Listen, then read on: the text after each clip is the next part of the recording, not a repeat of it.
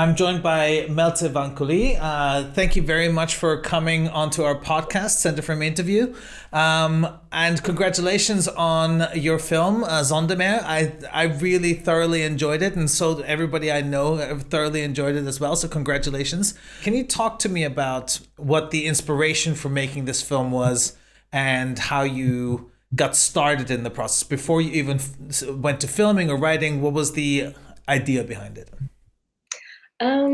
So actually, it was during the first lockdown, during when the pandemic just started, that the idea came, because I was actually working on another short film that I wanted to shoot in Greenland, and it was quite a big production to take on, and all of a sudden, this pandemic happened, and we had to stop.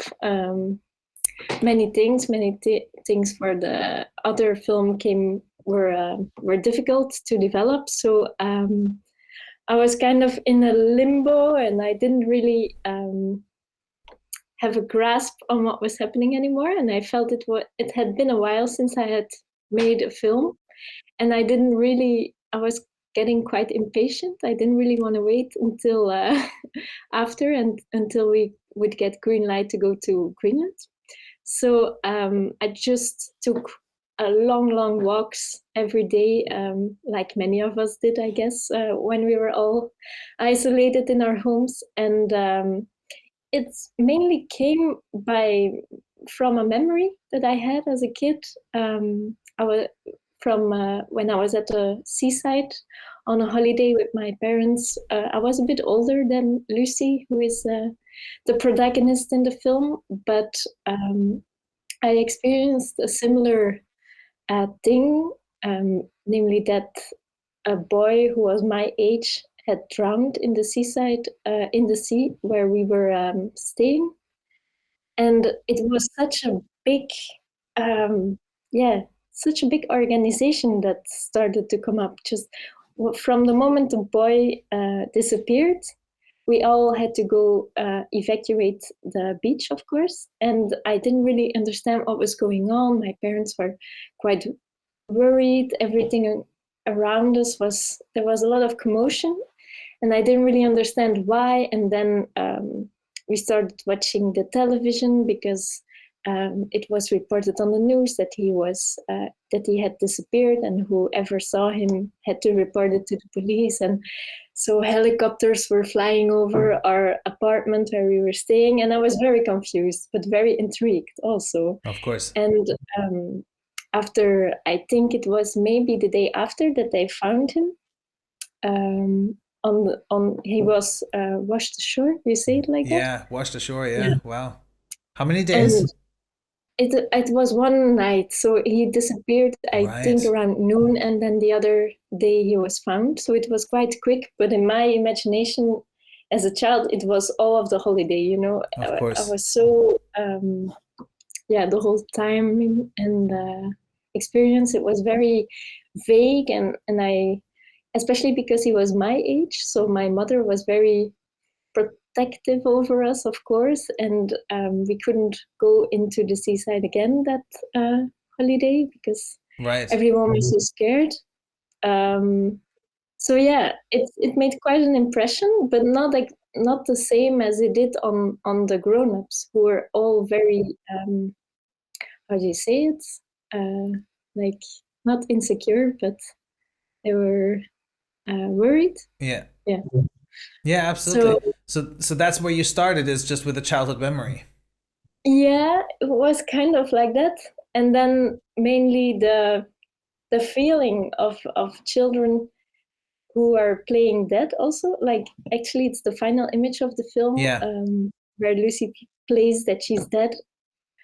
I guess we all did it for so many times as a child, just to provoke, just to see what would happen, but also to kind of investigate your own physicality in a way. What happens when you stop breathing? These are the kind of questions that I started having as a kid when this event happened.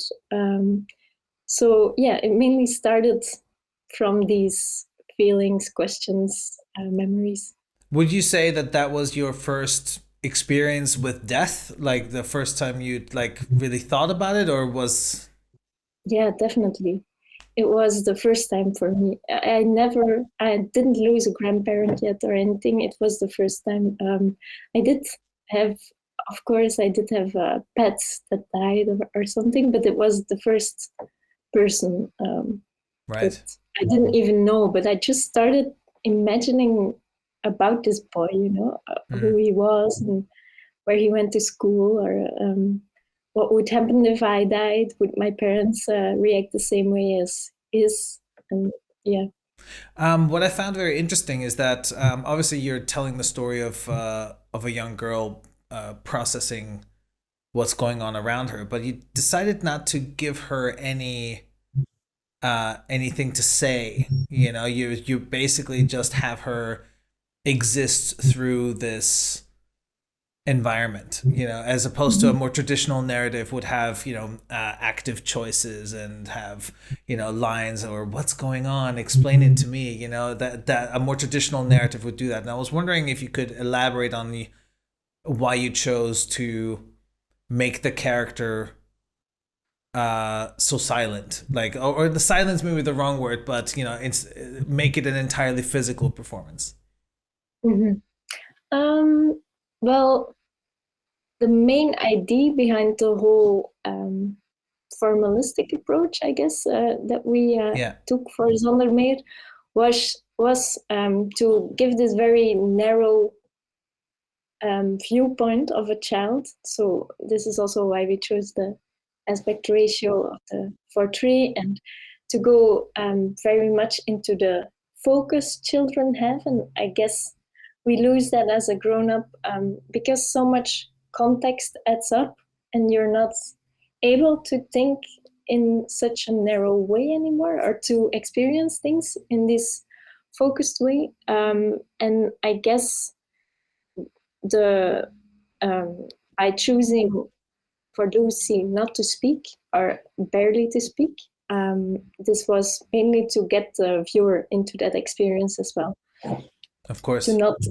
get lost in any, yeah, I guess, to not get lost in any um, how do I say, Explanations or? background information is not the right word, but yeah, just to not get lost, I guess, to Yeah. find this focus.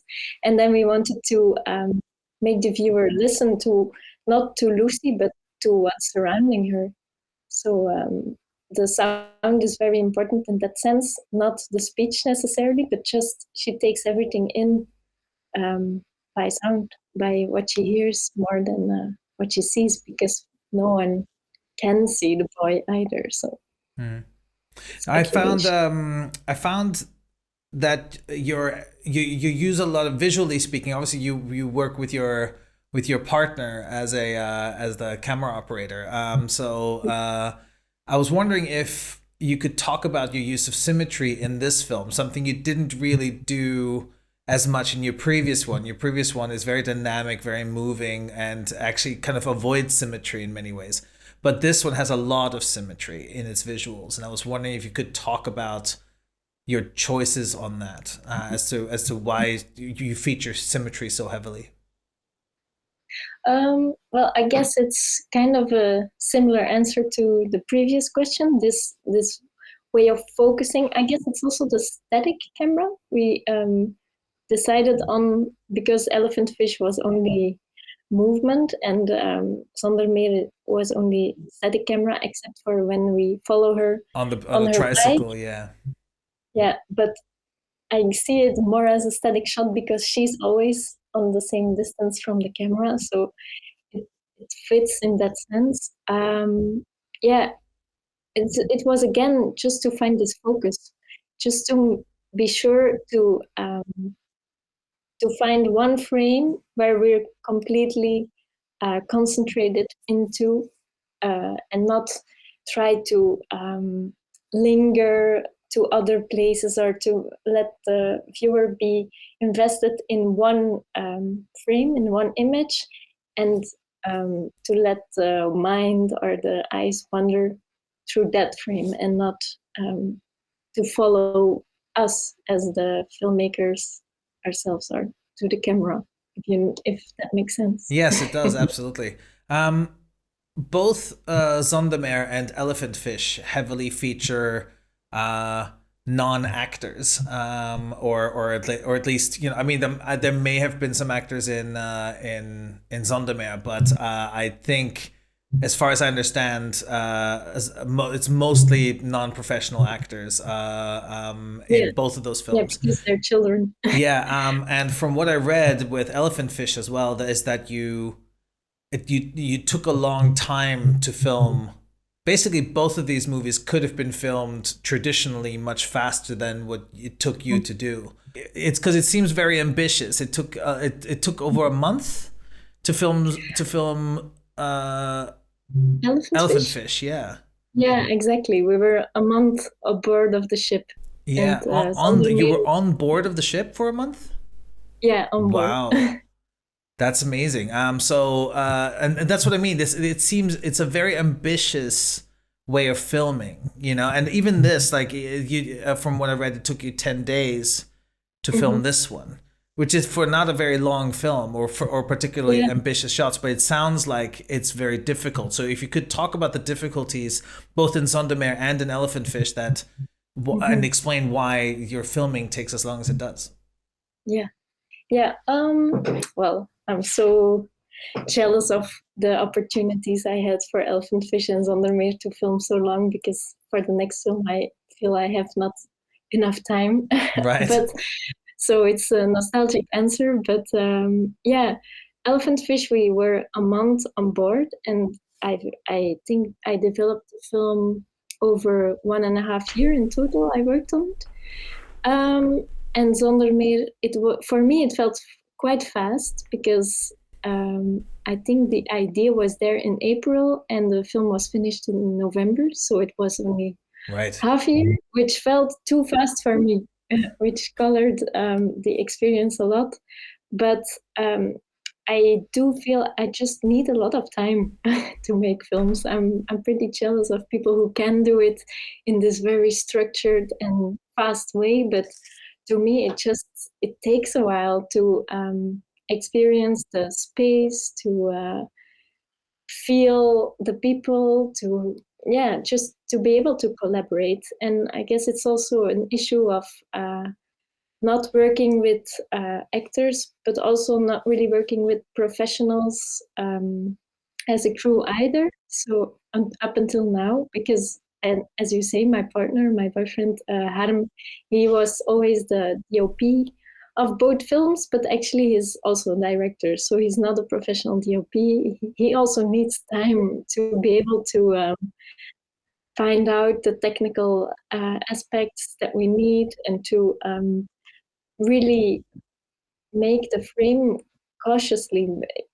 So we take a lot of time together to storyboard every frame, to go to the locations, to find out how we will do this practically.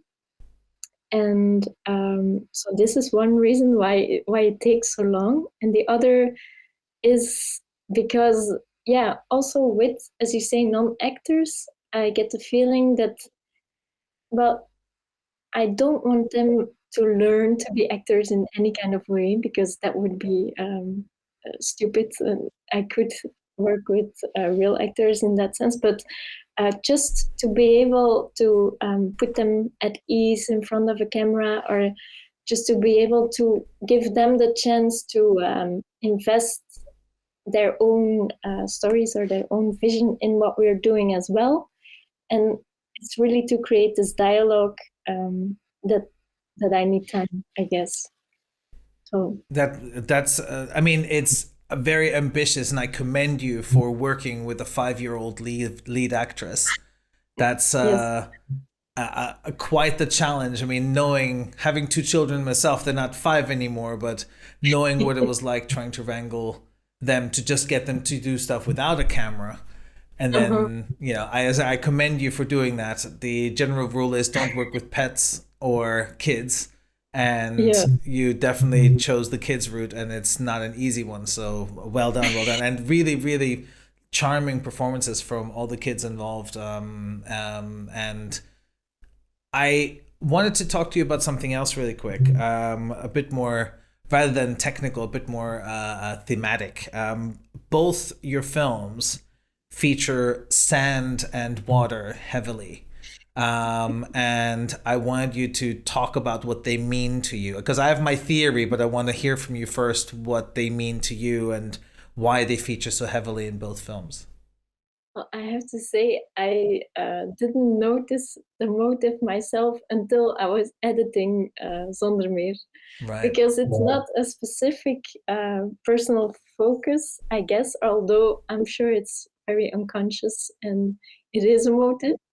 But in Elephant Fish, to say there, it's started with finding a contrast for the water, mainly because the sand that is supposed to be the cargo in the film, it wasn't their real load. They were actually shipping something else, shipping talc powder, the white Yeah. powder, which was also very beautiful and visually. But I went for the sand to create this kind of narrative, and I know it's mainly in my mind, but some people read it into the film as well, so I'm happy if at least some people do.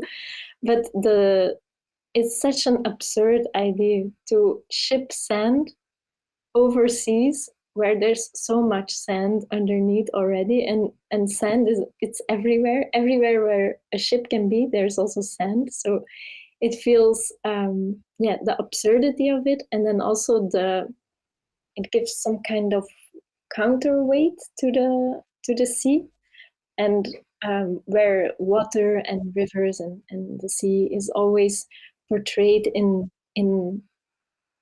many art forms as a movement of time and a time flowing. The sand for me was kind of an antidote to that, like time standing still, time freezing in a way, but not freezing. I guess Yeah, of course. that's already for the next one. But and then Zondermeer, it was very, I guess my childhood memory was also at the seaside, so I do have something with the sea. But then Zondermeer itself is set at a lake. Yeah. I don't really have a. I'm curious to hear your explanation, Well, actually. I mean, I wasn't going to have a theory about you, but in both cases, sand seems to represent death. Because you have obviously the ship at the end of Elephant Fish is now beached, and you have a beached child at the end of Sandomir.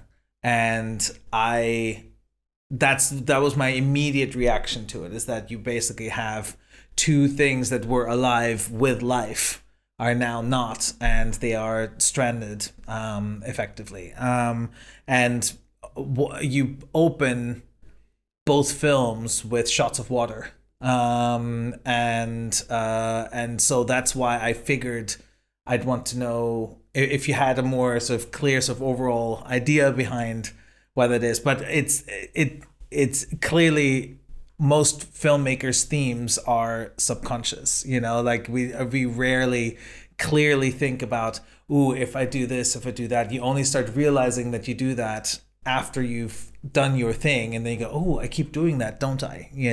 I know that from my own personal work, that you don't intend to do half the things you do, but then you do them, and next thing you know, you've got things that you keep doing over and over again. But I think the child, you said you grew up by the sea.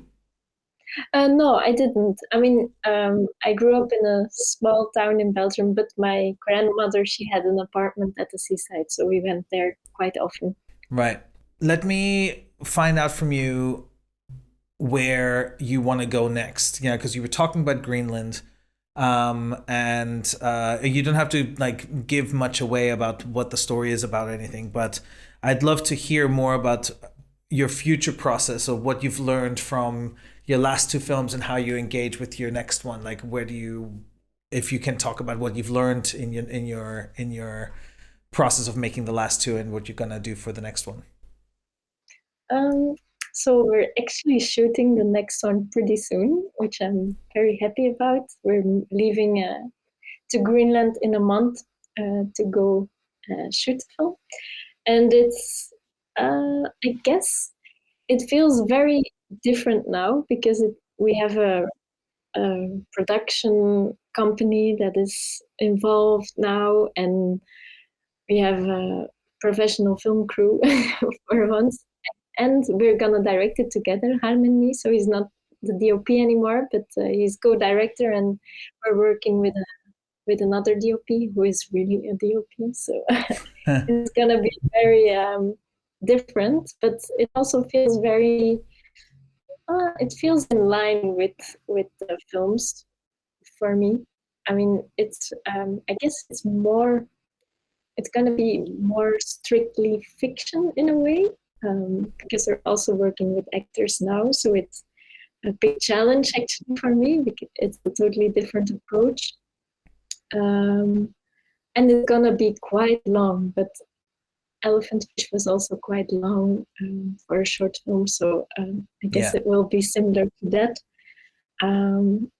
Thematically, I guess it still has quite of the same themes, but I think we are more daring now, are maybe it's even more ambitious, as you said. So it's gonna be, it's definitely gonna be more extreme in many senses, mainly because we're shooting it during the polar night in Greenland. This is why we picked the location, because they only experience night for several months, and then in summer the sun doesn't go down anymore.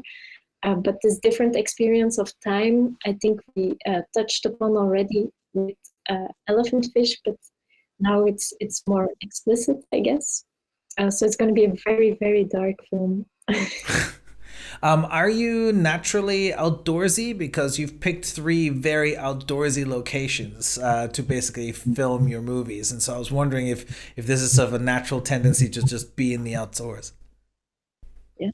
Well, not necessarily. No, I mean, I live in the city. I work at home most of the time as a filmmaker, or when you're writing, it's mainly inside. So I guess it's a reaction to that.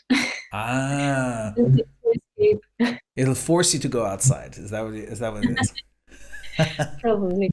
We had a project a few years ago that we were developing, which was set in Greenland in a town called Resolute, which is Wow. yeah, so proper polar in the north.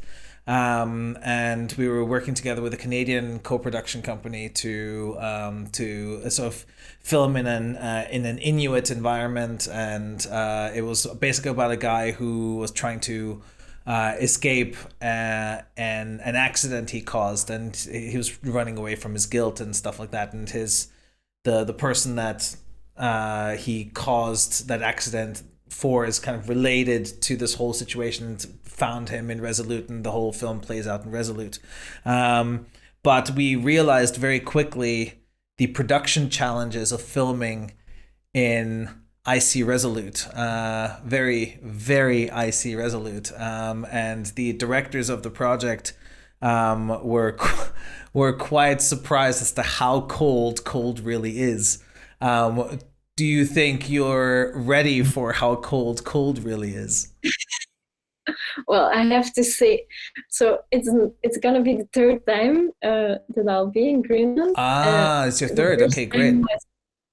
I am prepared, but not so much. I discovered it was 2 weeks ago I was there for location scouting, which was the second time for me, and I thought it would not be as cold as I experienced before. But we were doing some light tests because we're going to shoot on film on 16 millimeter, and we wanted to do some light tests to see how far we can go, what kind of emulsion we need and stuff. And I was supposed to be the model who was standing still, and we got up at 6 o'clock in the morning, and we would do it until 9 o'clock to see all the gradations of the light. And I didn't make it for the 3 hours. It was such a strange feeling, but the cold, when it comes in your body, in your chest and in your head, I completely blacked out for a few seconds. I couldn't stand anymore because it was indeed that cold. So yeah, I hope I will be prepared better next time. We will need it. Lots of thermos and hot water, Yeah, and you know. exactly. But I think it's really fascinating that you're choosing these very well. Okay, the camping grounds isn't necessarily an abstract location, but it's still a very outdoorsy one. So I think it's a very I think you pick locations very very well for that.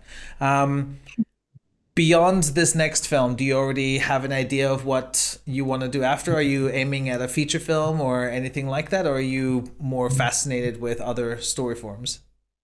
Well, I'm definitely dreaming of a feature film chance. I really hope it will come because the next short film, as I said, we're actually working on it for quite a while already, but so many ideas have, well, we had to let go because it doesn't fit the short film, and I really want to use them in to turn it into a feature, maybe. So I really hope this will happen. Fantastic, great. My last question is, can you tell me about your influences and what other filmmakers you generally love watching, and who you draw inspiration from? And it doesn't even have to be filmmakers, but if there's artists that you draw inspiration from, I'd love to hear your influences.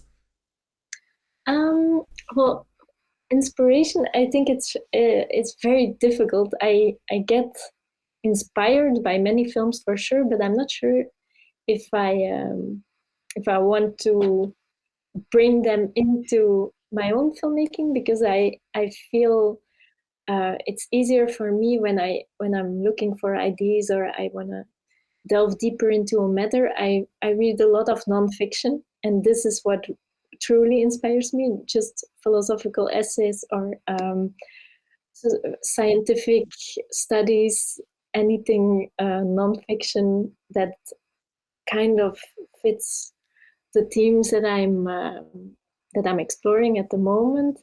But I do well. There's many filmmakers that I admire a lot, and I I wish I could ever make something like them, but or something different, but something as good. Mainly Apishapong Velasquez is one of my Right.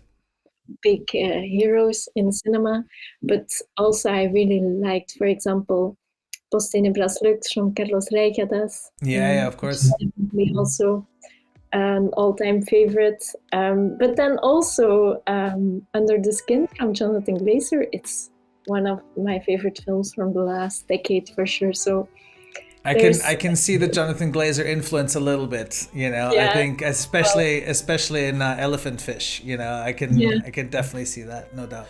Well, congratulations on both of your films. I think they're both very fantastic, very intriguing, visually fantastic. So congratulations to your partner as well for helping you make those films. yeah, I'm very honored. Thanks for having me.